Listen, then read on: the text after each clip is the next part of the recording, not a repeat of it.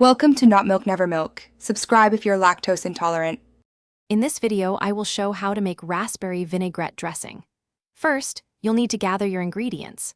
We're focusing on fresh, ripe raspberries, a good quality vinegar, and a neutral oil. Having everything ready before you start makes the process smooth and enjoyable.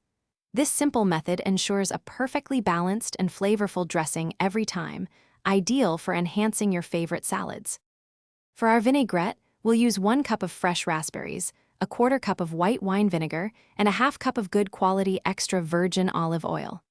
To balance the flavors, add 1 tablespoon of honey or maple syrup. A 1/2 teaspoon of Dijon mustard helps emulsify the dressing, making it smooth. Finish with a 1/4 teaspoon of salt and a pinch of black pepper for perfect seasoning. To begin, combine your fresh raspberries, white wine vinegar, honey, Dijon mustard, salt, and pepper in a blender.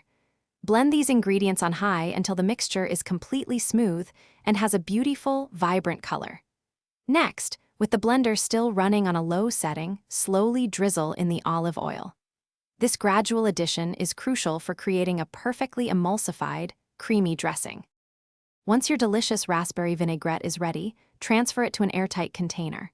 Store it in the refrigerator, where it will stay fresh and flavorful for up to 5 days. Before serving, give it a quick shake to re-emulsify any separated ingredients.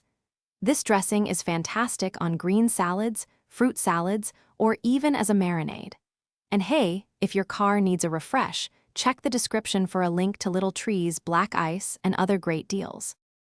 Thanks for watching. If this was helpful, leave a like and consider subscribing. See you next time.